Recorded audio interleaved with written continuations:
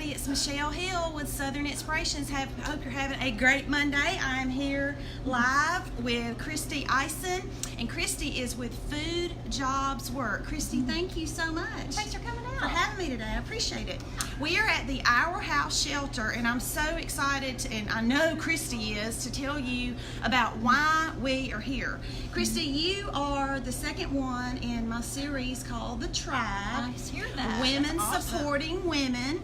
It's all about women like you who recognize a need, a certain service, or you just have something flowing in you that just needs to get out. Right. And you take the step of faith and you do that. Right. And so I'm very excited that you're a part of this series, and thank I'm you so glad to again. do it. Yeah. So we are here today specifically to talk about your nonprofit organization called Food Jobs Work, based in Little Rock, Arkansas. Right.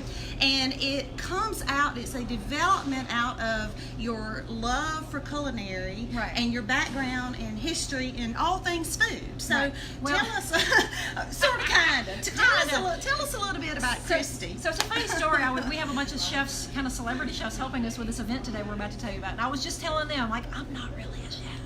Like, not in the same way they are. And so I came up in PR and marketing. I came up as a writer. Even as a kid, that was my deal, was writing. And I had a blog too. Like, this is kind of how I came into it. So I was home with kids after like a career in PR and everything, and I really got into cooking. And it was not something I did coming up. So I didn't work in restaurants as a teenager. I wasn't a chef like originally in my schooling. Like, I had a degree in marketing and PR, like journalism was my original degree. So it was kind of a weird happenstance. I just fell in love with cooking, and with home cooking originally. And then, so I was almost on a whim, I was like, I want to go to culinary school. And then with having that writer thing in me, I'm like, you know what? I want to blog about going through culinary school. Yeah. And I know Love some it. kind of famous writers that did that. Right. And so I kind of joined a partnership with Classy Tech, who has an amazing y'all don't even know, Classy Tech's culinary program is one of the best in the country. Wow. Like, if you have right here in Little Rock. Right here in Little Rock. Yeah. So anyway, so I had a partnership with them where I would blog about going through the program. So that was my blog's beginning, Fancy Pants Foodie, if you remember that. Some of y'all in the food world. She's still a fancy remember pants. That. Yeah, I don't blog anymore. But that led. It's funny how one thing leads to another. Absolutely. So that led to a staffing company. I still have Arkansas Food Jobs. About 5 years ago, I started a staffing company because I have some health issues. Maybe we'll talk about that another time. I know a lot of ladies do. Severe like fatigue and pain and things, and I knew I couldn't physically work in a restaurant. So I was like, okay, I have this kind of PR marketing background. I have a really good network now from my blog. What can I do with that? So that turned into a staffing company. So for 5 years, I've had the staffing company, Arkansas Food Jobs. From that, developed this program. I had this idea. I'm like, there's people out there that need work. Yes. They need an opportunity, and they have the motivation, and maybe they just need to be trained how to do it. Maybe culinary school is a bit much for them right then. Right. So, how can we train people to come up and have that first job in the culinary industry to help someone who has maybe been incarcerated, or maybe they've been homeless, maybe they're coming from, a poverty situation. So how can we do that? I was about to say, it's your nonprofit specifically serves those who have been through some sort of major traumatic life event. Like you said, it could have been homelessness, it could have been some trauma, and oftentimes they have been incarcerated. Right. And they are looking for a fresh start. And so your nonprofit is helping them integrate back into the workforce. Right. But here's what I love, y'all, about this. Not only is Christie partnering with individuals to teach them culinary skills, how to use a knife and food safety and all those things, but Christie, what's so important and just warm and wonderful is the hope that you're offering, because I tell them about the program. So I know part of the day, it's an 8-week course, right? And part of it is on the culinary skills, and then the other part is essentially on life skills. Right. So first and foremost, I want to give a shout out to Our House Shelter. Absolutely. So we don't work for Our House. They just have partnered with us from day one, saying, this fits with our mission.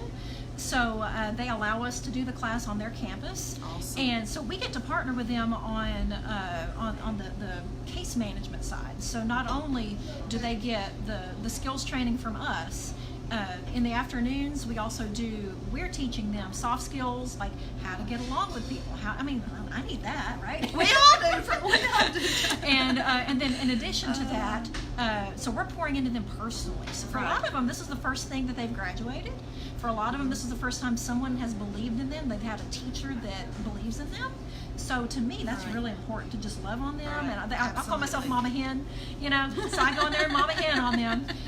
Chefs are supposed to be mean or whatever. No, we're sweet on them. And then they also get the supportive services from our house. So our house can help them find a job. They can help them with counseling. They can help them get a bus pass. They can, help them with a bill if they're entirely, like, we don't understand a lot of times. Sometimes people's entire lives fall apart because they can't pay their light bill.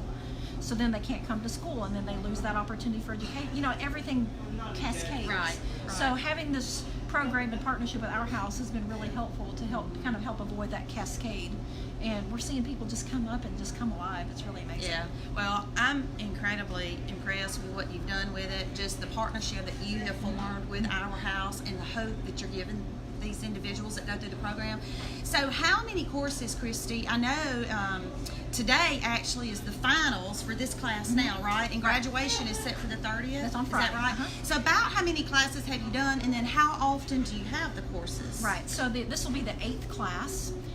The classes have varied based on, we've kind of tweaked with the curriculum. Right now it's 8 weeks.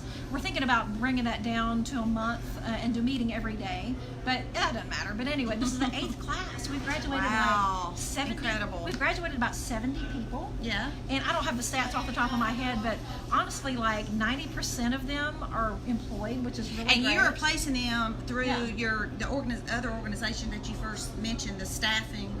That works in tandem with finding them jobs. Well, in now restaurants. that we're a separate nonprofit, we have to be careful not to benefit from the nonprofit. So, but we just on our own.